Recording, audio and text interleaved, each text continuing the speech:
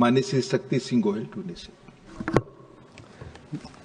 धन्यवाद उपसभापति महोदय। आज वित्त मंत्री जी बैंकिंग रेगुलेशन एक्ट माने 5 कानूनों में अमेंडमेंट करने जा रही है। माननीय उपसभापति महोदय, एक जमाना था जब बैंक में सिर्फ पूंजीपति जा सकते थे। अगर कोई किसान, कोई गरीब अगर बैंक के दरवाजे भी देखा गया था तो उसे शक की निगाहों से देखा जाता था। वो इंदिरा गांधी जी थी जिन्होंने बैंकों का नेशनलाइजेशन करने के बाद ये कह दिया कि बैंक के दरवाजे आम हिंदुस्तानी के लिए खुले हैं और कोई किसान हो, कोई गरीब हो, वो भी बैंक के अंदर जा सकते हैं। वो अगर शुरू हुआ तो वो नेशनलाइजेशन के बाद बैंकों में काम शुरू हुआ।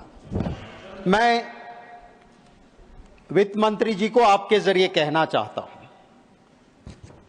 कि आप कानून बदलने के साथ अपने ऑब्जेक्ट्स एंड रीजंस में आपकी मंशा पे मुझे कोई शक नहीं है, पर जो लोग आपके साथ बैठते हैं, जो लोग एडमिनिस्ट्रेशन चलाते हैं, वो अगर आप कितना भी कानून बदलो, जब तक उसको इंप्लीमेंट करने वालों की मंशा साफ नहीं होगी, कानून बदलने से कुछ नहीं होगा। इंप्लीमेंटेशन करने वालों की नीयत को ठीक करना होगा। कानून बनता है संविधान से। संविधान का आर्टिकल 14 कहता है इक्वालिटी बिफोर लॉ, कानून सबके लिए समान होना चाहिए, ये हमारा संविधान कहता है।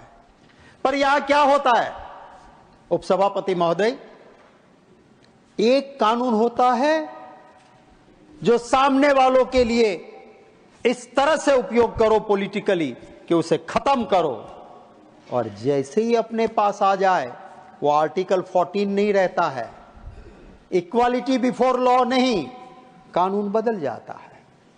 अगर सामने है, कहते हैं कि बहुत बड़ा क्रिमिनल है, फ्रॉड किया है, अब ये जेल जाएगा, चक्की पीसिंग, चक्की पीसिंग, चक्की पीसिंग, और जैसे ही बदल के इधर आ जाएगा power seeking, power seeking, power seeking हो जाएगा, उसको सब मिलता रहेगा। तो ये एक कानून अलग अलग नहीं होने चाहिए, कानून सबके लिए समान होना चाहिए। उपसभापति महोदय, इसी बिल के अंदर एक अमेंडमेंट आ रहा है। क्या आ रहा है अमेंडमेंट? कोऑपरेटिव बैंक्स के अंदर डायरेक्टर का टेन्योर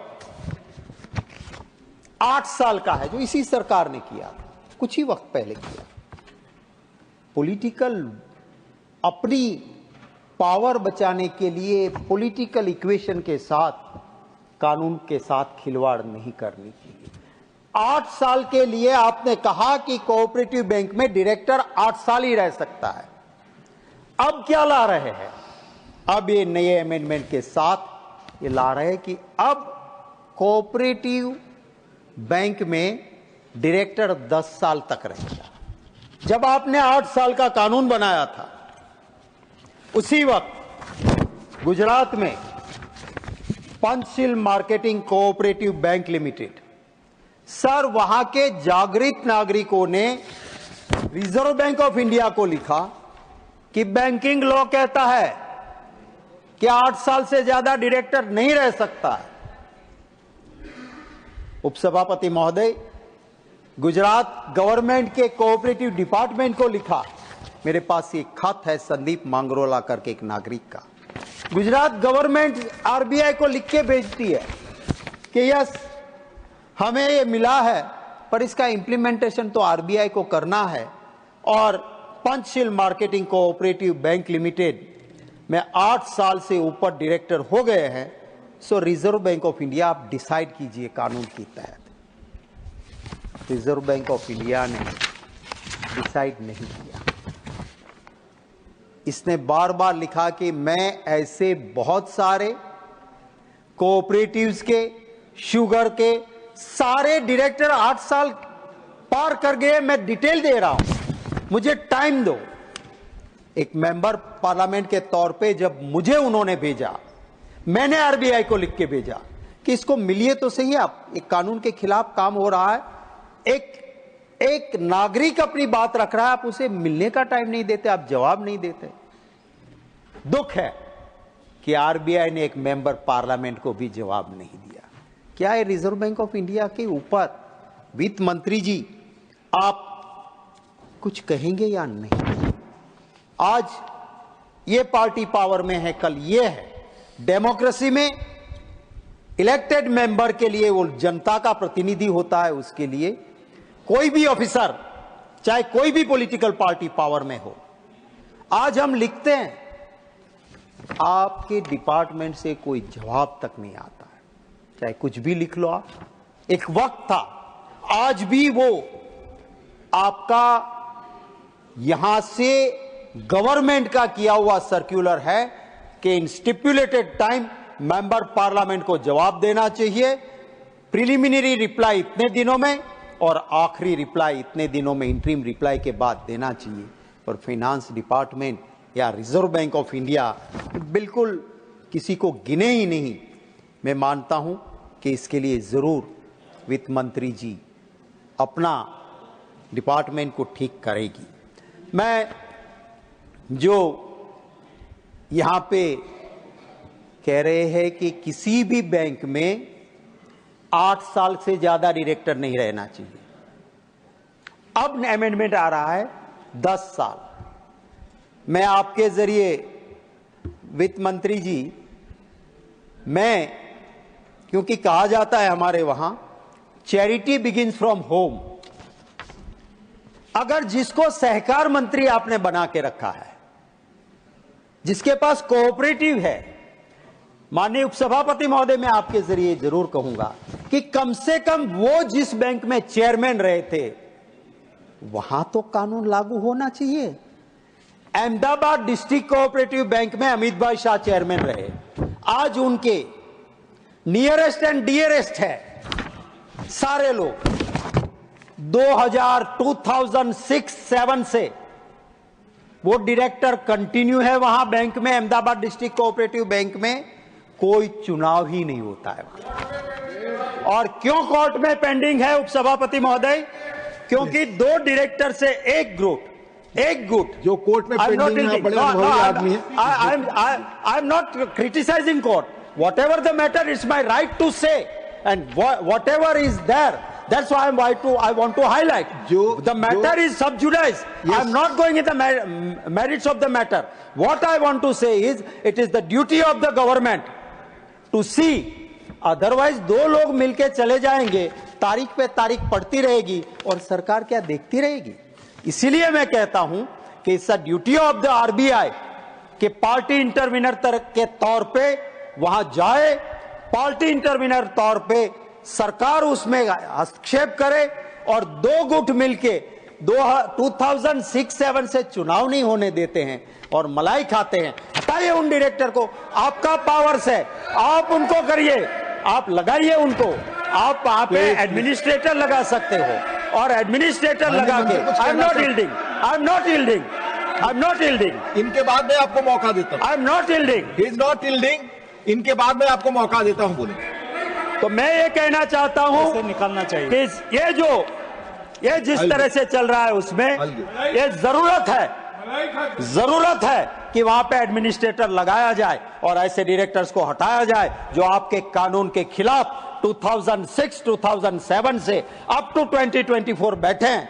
आप उसको हटा के वहां लगा दीजिए एडमिनिस्ट्रेटर, नया चुनाव करा लीजिए, फिर शेयर होल्डर चुनेंगे, जो लोग आए वो काम करे। आई एम नॉट अगेंस्ट। डेमोक्रेसी में अगर हम हारते हैं, हार स्वीकार करते हैं, जीतते हैं, काम करते हैं, पर चुनाव ही ना होने दो, एक किस तरह का है। और वो भी वहां जहां पे सहकार मंत्री खुद चेयरमैन रहे हो, आज वही सरकार में हो यहां और वहां पे हो रहा है। इसलिए मुझे थोड़ा, किसी को अगर बुरा लगे, किसी को अच्छा लगे, ये कहने की जरूरत मेरी नहीं है। मेरी तो जो सच बात है वो करने की मेरी आदत है। फिर सच किसी को अच्छा भी ना लगे तो उनको मुबारक। मैं ये कहना चाहता हूं उपसभापति महोदय कि ये सरकार ने, मैं fanindia.net पे पूरा डिटेल के साथ जो हकीकत दी थी उसके मुताबिक 50 विलफुल डिफॉल्टर 50 उनके इस सरकार ने 87,000 करोड़ माफ करे 2020-24 तक। इसमें कौन है? मेहुल चौकसी, ऋषि अग्रवाल जैसे लोग भी इसके अंदर है। मुझे ये हमारे देश को लूट के बाहर जाने वाले लोग, आप उनका कर्जा माफ करते हो, आप वो गरीब किसान छोटे दुकानदार के वहां तो ऑक्शन करने पहुंच जाते हो और यहां पे उनका आपने माफ किया। सर, आपके जरिए मैं इस गृह में कहना चाहता हूं, मेहुल चौकसी लूट के हमारे देश को बाहर भाग गया, उसको रोक सकते थे। मेरे हाथ में ये एक एफिडेविट है, हाई कोर्ट के अंदर petition criminal special civil application 4758/2015। Sir, ये पिटीशन जब वहां पे हुई और उस वक्त पे जब वहां लगी, तब एक एफिडेविट रिस्पोंडेंट फाइल करता है और उसमें वो लिखता है कि ये मेहुल चौकसी बहुत बड़ा फ्रॉड है, उसका शेयर 650 रुपीज से 13 रुपया हो गया है, इसने सिर्फ बैंकों को नहीं गरीब लोगों से 14% इंटरेस्ट देने के नाम पे, गोल्ड बार के नाम पे पैसे लिए हैं देश की जनता के। एक सेकंड दे दीजिए, एक सेकंड दे दीजिए, धन्यवाद। और 1 मिनट में मैं खत्म करता हूं। और last 3 lines, just 3 lines. In this affidavit he had written, I would also like to draw kind attention the fact that petitioner has a huge debt of rupees 9,870 crore outstanding, which also specified in the website of Ministry of Corporate Affairs, and वो copy लगाता है उसके साथ। और petitioner कहता है कि like Vijay Mallya, Mehul चौकसी भाग जाएगा, उसकी वाइफ का वहां पे दुबई में फ्लैट भी है। वो कब कहता है साहब? धन्यवाद। वो कहता है 18 महीने पहले। धन्यवाद। 18 महीने पहले कहा था अगर मेहुल चौकसी को पकड़ लेते तो वो बाहर नहीं जा सकता था। यही कहते हुए मेरी थैंक यू।